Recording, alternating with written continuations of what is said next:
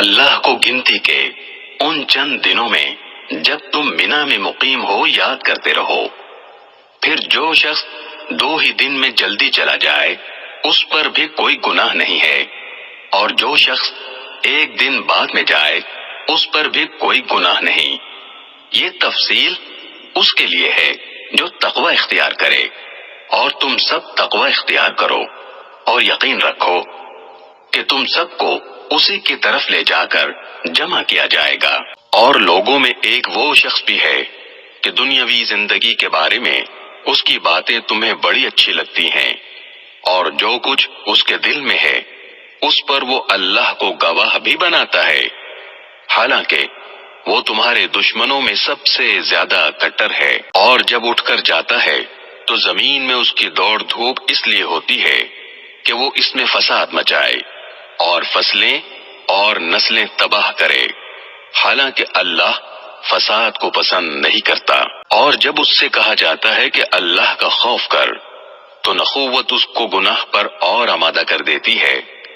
چنانچہ ایسے شخص کو تو جہنم ہی راس آئے گی، اور یقین کرو وہ بہت برا بچھونا ہے۔ اور دوسری طرف لوگوں میں وہ شخص بھی ہے جو اللہ کی خوشنودی کی خاطر اپنی جان کا سودا کر لیتا ہے، اور اللہ ایسے بندوں پر بڑا مہربان ہے۔ اے ایمان والو، اسلام میں پورے کے پورے داخل ہو جاؤ اور شیطان کے نقش قدم پر نہ چلو، یقین جانو وہ تمہارا کھلا دشمن ہے۔ پھر جو روشن دلائل تمہارے پاس آ چکے ہیں، اگر تم ان کے بعد بھی راہ راست سے پھسل گئے تو یاد رکھو کہ اللہ اقتدار میں بھی کامل ہے، حکمت میں بھی کامل۔ یہ کفار ایمان لانے کے لیے اس کے سوا کس بات کا انتظار کر رہے ہیں کہ اللہ خود بادل کے سائبانوں میں ان کے سامنے آ موجود ہو، اور فرشتے بھی اس کے ساتھ ہوں، اور سارا معاملہ ابھی چکا دیا جائے، حالانکہ آخر کار سارے معاملات اللہ ہی کی طرف تو لوٹ کر رہیں گے۔ بنی اسرائیل سے پوچھو، ہم نے ان کو کتنی ساری کھلی نشانیاں دی تھیں، اور جس شخص کے پاس اللہ کی نعمت آ چکی ہو پھر وہ اس کو بدل ڈالے تو اسے یاد رکھنا چاہیے کہ اللہ کا عذاب بڑا سخت ہے۔ جن لوگوں نے کفر اپنا لیا ہے ان کے لیے دنیاوی زندگی بڑی دلکش بنا دی گئی ہے، اور وہ اہل ایمان کا مذاق اڑاتے ہیں، حالانکہ جنہوں نے تقوی اختیار کیا ہے وہ قیامت کے دن ان سے کہیں بلند ہوں گے، اور اللہ جس کو چاہتا ہے بے حساب رزق دیتا ہے۔ شروع میں سارے انسان ایک ہی دین کے پیرو تھے، پھر جب ان میں اختلاف ہوا تو اللہ نے نبی بھیجے جو حق والوں کو خوشخبری سناتے اور باطل والوں کو ڈراتے تھے، اور ان کے ساتھ حق پر مشتمل کتاب نازل کی تاکہ وہ لوگوں کے درمیان ان باتوں کا فیصلہ کرے جن میں ان کا اختلاف تھا۔ اور افسوس کی بات یہ ہے کہ کسی اور نے نہیں بلکہ خود انہوں نے، جن کو وہ کتاب دی گئی تھی، روشن دلائل آ جانے کے بعد بھی صرف باہمی ضد کی وجہ سے اسی کتاب میں اختلاف نکال لیا۔ پھر جو لوگ ایمان لائے اللہ نے انہیں اپنے حکم سے حق کی ان باتوں میں راہ راست تک پہنچایا جن میں انہوں نے اختلاف کیا تھا، اور اللہ جسے چاہتا ہے راہ راست تک پہنچا دیتا ہے۔ مسلمانوں، کیا تم نے یہ سمجھ رکھا ہے کہ تم جنت میں یوں ہی داخل ہو جاؤ گے، حالانکہ ابھی تمہیں اس جیسے حالات پیش نہیں آئے جیسے ان لوگوں کو پیش آئے تھے جو تم سے پہلے ہو گزرے ہیں؟ ان پر سختیاں اور تکلیفیں آئیں اور انہیں ہلا ڈالا گیا، یہاں تک کہ رسول اور ان کے ایمان والے ساتھی بول اٹھے کہ اللہ کی مدد کب آئے گی؟ یاد رکھو اللہ کی مدد نزدیک ہے۔ لوگ آپ سے پوچھتے ہیں کہ وہ اللہ کی خوشنودی کے لیے کیا خرچ کریں؟ آپ کہہ دیجئے کہ جو مال بھی تم خرچ کرو وہ والدین، قریبی رشتہ داروں، یتیموں، مسکینوں اور مسافروں کے لیے ہونا چاہیے، اور تم بھلائی کا جو کام بھی کرو اللہ اس سے پوری طرح باخبر ہے۔ تم پر دشمنوں سے جنگ کرنا فرض کیا گیا ہے اور وہ تم پر گراں ہے، اور یہ عین ممکن ہے کہ تم ایک چیز کو برا سمجھو حالانکہ وہ تمہارے حق میں بہتر ہو، اور یہ بھی ممکن ہے کہ تم ایک چیز کو پسند کرو حالانکہ وہ تمہارے حق میں بری ہو، اور اصل حقیقت تو اللہ جانتا ہے اور تم نہیں جانتے۔ لوگ آپ سے حرمت والے مہینے کے بارے میں پوچھتے ہیں کہ اس میں جنگ کرنا کیسا ہے۔ آپ کہہ دیجئے کہ اس میں جنگ کرنا بڑا گناہ ہے، مگر لوگوں کو اللہ کے راستے سے روکنا، اس کے خلاف کفر کی روش اختیار کرنا، مسجد حرام پر بندش لگانا اور اس کے باسیوں کو وہاں سے نکال باہر کرنا اللہ کے نزدیک زیادہ بڑا گناہ ہے، اور فتنہ قتل سے بھی زیادہ سنگین چیز ہے، اور یہ کافر تم لوگوں سے برابر جنگ کرتے رہیں گے یہاں تک کہ اگر ان کا بس چلے تو یہ تم کو تمہارا دین چھوڑنے پر آمادہ کر دیں، اور اگر تم میں سے کوئی شخص اپنا دین چھوڑ دے اور کافر ہونے کی حالت ہی میں مرے تو ایسے لوگوں کے اعمال دنیا اور آخرت دونوں میں اکارت ہو جائیں گے۔ ایسے لوگ دوزخ والے ہیں، وہ ہمیشہ اسی میں رہیں گے۔ اس کے برخلاف جو لوگ ایمان لائے اور جنہوں نے ہجرت کی اور اللہ کے راستے میں جہاد کیا تو وہ بے شک اللہ کی رحمت کے امیدوار ہیں، اور اللہ بہت بخشنے والا بڑا مہربان ہے۔ لوگ آپ سے شراب اور جوئے کے بارے میں پوچھتے ہیں، آپ کہہ دیجئے کہ ان دونوں میں بڑا گناہ بھی ہے اور لوگوں کے لیے کچھ فائدے بھی ہیں، اور ان دونوں کا گناہ ان کے فائدے سے زیادہ بڑا ہوا ہے۔ اور لوگ آپ سے پوچھتے ہیں کہ وہ اللہ کی خوشنودی کے لیے کیا خرچ کریں۔ آپ کہہ دیجئے کہ جو تمہاری ضرورت سے زائد ہو۔ اللہ اسی طرح اپنے احکام تمہارے لیے صاف صاف بیان کرتا ہے تاکہ تم غور و فکر سے کام لو، دنیا کے بارے میں بھی اور آخرت کے بارے میں بھی۔ اور لوگ آپ سے یتیموں کے بارے میں پوچھتے ہیں، آپ کہہ دیجئے کہ ان کی بھلائی چاہنا نیک کام ہے، اور اگر تم ان کے ساتھ مل جل کر رہو تو کچھ حرج نہیں، کیونکہ وہ تمہارے بھائی ہی تو ہیں، اور اللہ خوب جانتا ہے کہ کون معاملات بگاڑنے والا ہے اور کون سنوارنے والا، اور اگر اللہ چاہتا تو تمہیں مشکل میں ڈال دیتا۔ یقیناً اللہ کا اقتدار بھی کامل ہے، حکمت بھی کامل۔ اور مشرک عورتوں سے اس وقت تک نکاح نہ کرو جب تک وہ ایمان نہ لے آئیں، یقیناً ایک مومن باندی کسی بھی مشرک عورت سے بہتر ہے، خواہ وہ مشرک عورت تمہیں پسند آ رہی ہو، اور اپنی عورتوں کا نکاح مشرک مردوں سے نہ کراؤ جب تک وہ ایمان نہ لے آئیں، اور یقیناً ایک مومن غلام کسی بھی مشرک مرد سے بہتر ہے، خواہ وہ مشرک مرد تمہیں پسند آ رہا ہو۔ یہ سب دوزخ کی طرف بلاتے ہیں، جبکہ اللہ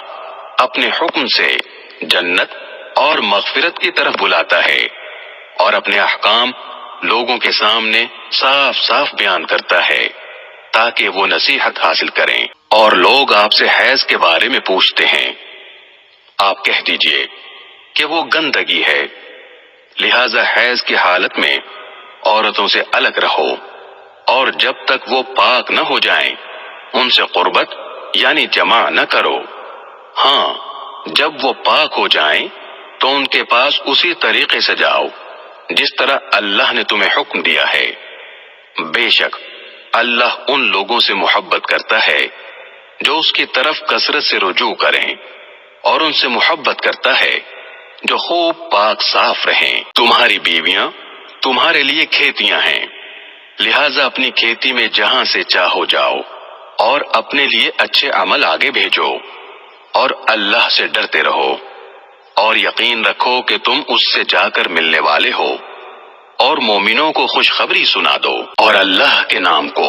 اپنی قسموں میں اس غرض سے استعمال نہ کرو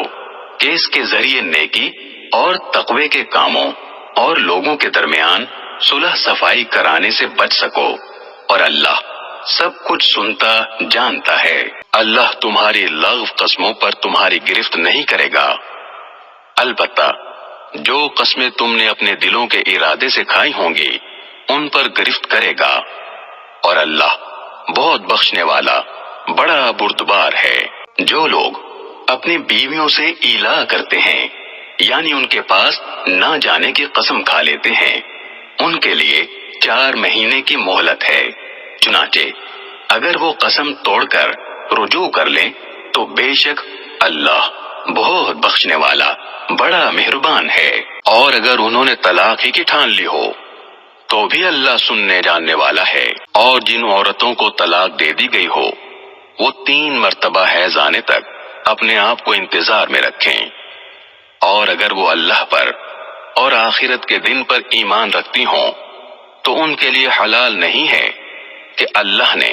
ان کے رحم میں جو کچھ یعنی حمل یا حیض پیدا کیا ہے اسے چھپائیں، اور اس مدت میں اگر ان کے شوہر حالات بہتر بنانا چاہیں تو ان کو حق ہے کہ وہ ان عورتوں کو اپنی زوجیت میں واپس لے لیں، اور ان عورتوں کو معروف طریقے کے مطابق ویسے ہی حقوق حاصل ہیں جیسے مردوں کو ان پر حاصل ہیں۔ ہاں، مردوں کو ان پر 1 درجہ فوقیت ہے، اور اللہ غالب اور حکمت والا ہے۔ طلاق زیادہ سے زیادہ 2 بار ہونی چاہیے۔ اس کے بعد شوہر کے لیے 2 ہی راستے ہیں، یا تو قاعدے کے مطابق بیوی کو روک رکھے یعنی طلاق سے رجوع کر لے، یا خوش اسلوبی سے چھوڑ دے یعنی رجوع کے بغیر عدت گزر جانے دے۔ اور اے شوہرو، تمہارے لیے حلال نہیں ہے کہ تم نے ان بیویوں کو جو کچھ دیا ہو وہ طلاق کے بدلے ان سے واپس لو، الا یہ کہ دونوں کو اس بات کا اندیشہ ہو کہ وہ نکاح باقی رہنے کی صورت میں اللہ کی مقرر کی ہوئی حدود کو قائم نہیں رکھ سکیں گے۔ چنانچہ اگر تمہیں اس بات کا اندیشہ ہو کہ وہ دونوں اللہ کی حدود کو قائم نہ رکھ سکیں گے تو ان دونوں کے لیے اس میں کوئی گناہ نہیں ہے کہ عورت مالی معاوضہ دے کر علیحدگی حاصل کر لے۔ یہ اللہ کی مقرر کی ہوئی حدود ہیں، لہذا ان سے تجاوز نہ کرو،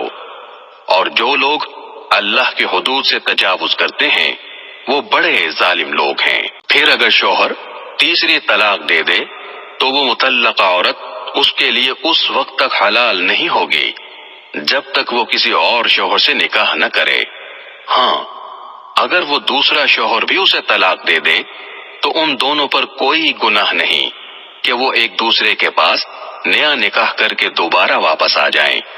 بشرطے کہ انہیں یہ غالب گمان ہو کہ اب وہ اللہ کی حدود قائم رکھیں گے، اور یہ سب اللہ کی حدود ہیں جو وہ ان لوگوں کے لیے واضح کر رہا ہے جو سمجھ رکھتے ہوں۔ اور جب تم نے عورتوں کو طلاق دے دی ہو اور وہ اپنی عدت کے قریب پہنچ جائیں تو یا تو ان کو بھلائی کے ساتھ اپنی زوجیت میں روک رکھو یا انہیں بھلائی کے ساتھ چھوڑ دو، اور انہیں ستانے کی خاطر اس لیے روک کر نہ رکھو کہ ان پر ظلم کر سکو، اور جو شخص ایسا کرے گا وہ خود اپنی جان پر ظلم کرے گا۔ اور اللہ کی آیتوں کو مذاق مت بناؤ، اور اللہ نے تم پر جو انعام فرمایا ہے اسے اور تم پر جو کتاب اور حکمت کی باتیں تمہیں نصیحت کرنے کے لیے نازل کی ہیں انہیں یاد رکھو، اور اللہ سے ڈرتے رہو، اور جان رکھو کہ اللہ ہر چیز کو خوب جانتا ہے۔ اور جب تم نے عورتوں کو طلاق دے دی ہو اور وہ اپنی عدت کو پہنچ جائیں تو اے میکے والو، انہیں اس بات سے منع نہ کرو کہ وہ اپنے پہلے شوہروں سے دوبارہ نکاح کریں، بشرطے کہ وہ بھلائی کے ساتھ ایک دوسرے سے راضی ہو گئے ہوں۔ ان باتوں کی نصیحت تم میں سے ان لوگوں کو کی جا رہی ہے جو اللہ اور یوم آخرت پر ایمان رکھتے ہوں، یہی تمہارے لیے زیادہ ستھرا اور پاکیزہ طریقہ ہے۔ اللہ جانتا ہے اور تم نہیں جانتے۔ اور مائیں اپنے بچوں کو پورے 2 سال تک دودھ پلائیں، یہ مدت ان کے لیے ہے جو دودھ پلانے کی مدت پوری کرنا چاہیں، اور جس باپ کا وہ بچہ ہے اس پر واجب ہے کہ وہ معروف طریقے پر ان ماؤں کے کھانے اور لباس کا خرچ اٹھائے۔ ہاں، کسی شخص کو اس کی وسعت سے زیادہ تکلیف نہیں دی جاتی۔ نہ تو ماں کو اپنے بچے کی وجہ سے ستایا جائے اور نہ باپ کو اپنے بچے کی وجہ سے، اور اسی طرح کی ذمہ داری وارث پر بھی ہے۔ پھر اگر وہ دونوں یعنی والدین آپس کی رضامندی اور باہمی مشورے سے 2 سال گزرنے سے پہلے ہی دودھ چھوڑانا چاہیں تو اس میں بھی ان پر کوئی گناہ نہیں ہے۔ اور اگر تم یہ چاہو کہ اپنے بچوں کو کسی انا سے دودھ پلواؤ تو بھی تم پر کوئی گناہ نہیں، جبکہ تم نے جو اجرت ٹھہرائی تھی وہ دودھ پلانے والی انا کو بھلے طریقے سے دے دو، اور اللہ سے ڈرتے رہو اور جان رکھو کہ اللہ تمہارے سارے کاموں کو اچھی طرح دیکھ رہا ہے۔